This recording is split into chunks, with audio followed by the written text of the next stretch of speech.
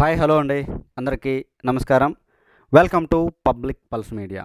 ఈరోజు మనం రాజధాని అమరావతిలో రైతులకు ఇచ్చేటువంటి రిటర్నబుల్ ఫ్లాట్స్లో రోడ్లు ఏ విధంగా నిర్మాణం చేస్తున్నారు, ఇది అండి ఈరోజు మన టాపిక్. దీనిపైన ఈరోజు నేను మీకు చాలా వివరంగా మంచి వీడియోని అయితే తీసుకువచ్చాను. మనం ఇక లేట్ చేయకుండా ఆ వివరాలను చూద్దామండి. ఇప్పుడైతే మనం రాజధాని అమరావతిలో జోన్ నెంబర్ 7లో రోడ్ల నిర్మాణం అయితే చాలా వేగంగా జరుగుతూ ఉంది.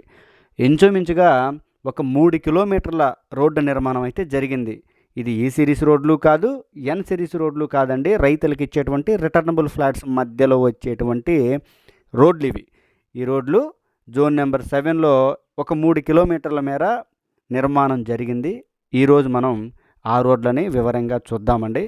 మనం ప్రయాణిస్తున్నటువంటి ఈ రోడ్డు ఏదైతే ఉందో ఇది జోన్ నెంబర్ 7లో ఏపీసీఆర్డీఏ భవనం దగ్గర నిర్మాణం జరుగుతున్నటువంటి రోడ్డు.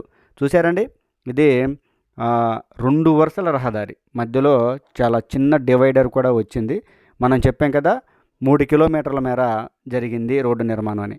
ఈ వీడియోలో మనం మొత్తం 3 కిలోమీటర్ల మేర ప్రయాణించి రోడ్డు నిర్మాణం ఎక్కడెక్కడైతే పూర్తయిందో ఆ రోడ్డు పైన ప్రయాణిస్తూ మనమైతే మాట్లాడుకుందామండి.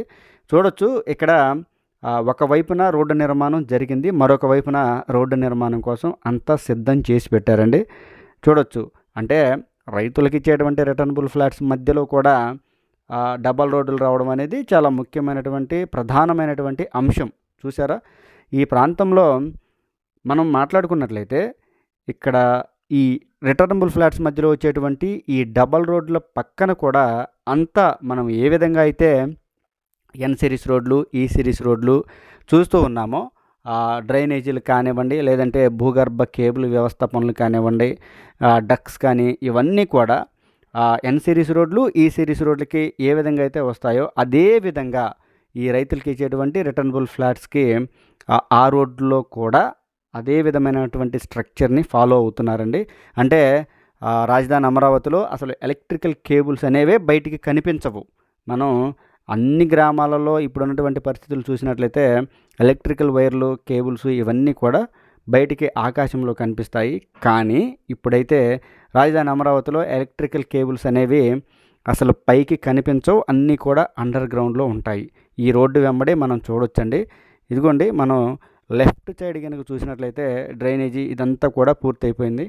మనం దూరంగా చూసినట్లయితే ఏపీసీఆర్డీఏ భవనం, మనం ముందే చెప్పాం కదా, ఏపీసీఆర్డీఏ భవనం దగ్గర కూడా పనులు అయితే జరుగుతూ ఉన్నాయి.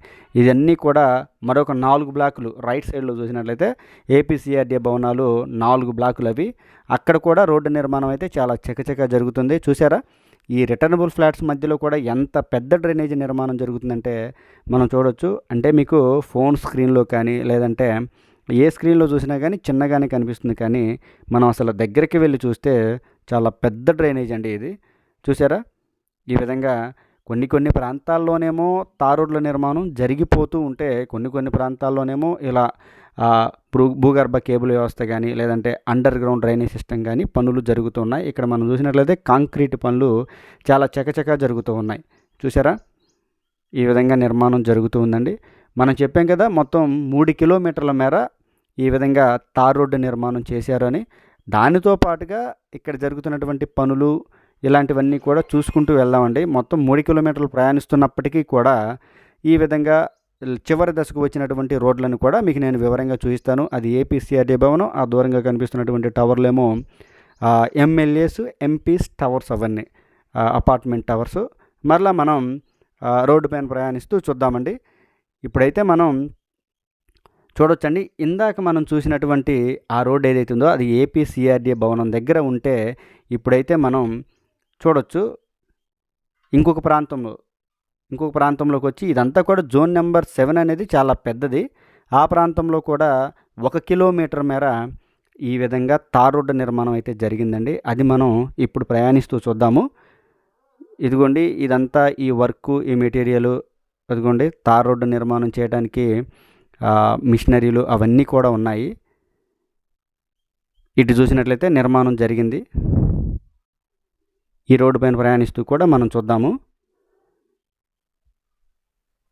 చూసారా, ఏ విధంగా రోడ్డు మధ్యలో వాటర్ పైప్ లైన్కి సంబంధించి ఈ విధంగా సిమెంట్ బ్లాక్స్ని నిర్మాణం చేశారో మనం చూడొచ్చు. ఈ విధంగా ప్రయాణిస్తూ తార్ రోడ్డు పైకి మనం వెళ్తామండి. ఇదిగోండి, అసలు రోడ్ల నిర్మాణం చూస్తుంటే మతులు పోతూ ఉన్నాయి.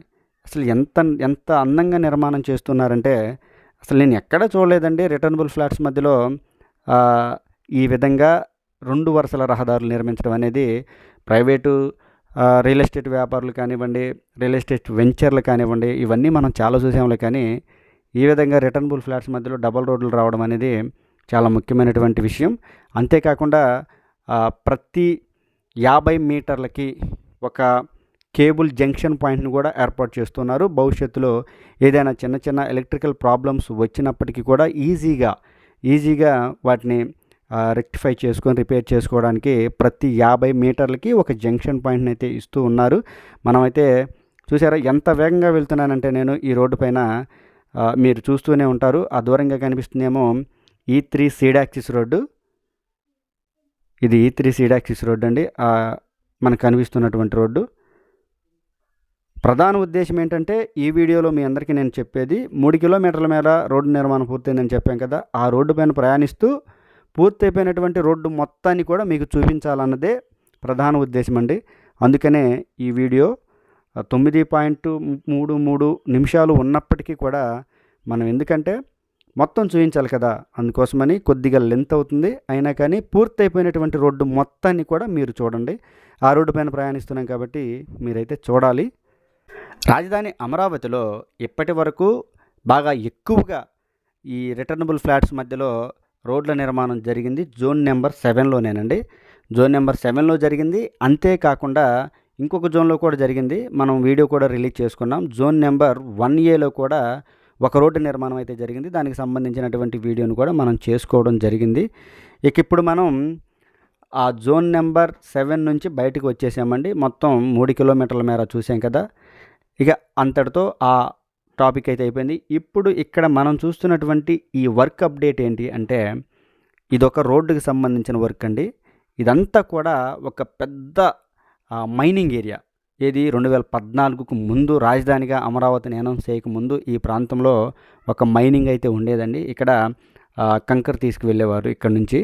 అయితే కరెక్ట్గా అదే మైన్ పై నుంచి రోడ్ నెంబర్ N17 అయితే వెళ్తూ ఉంటుంది ఇప్పుడు డిజైన్ ప్రకారం. అందువలన ఆ భారీ మైన్ అయితే పూడ్చి వేస్తూ ఉన్నారండి.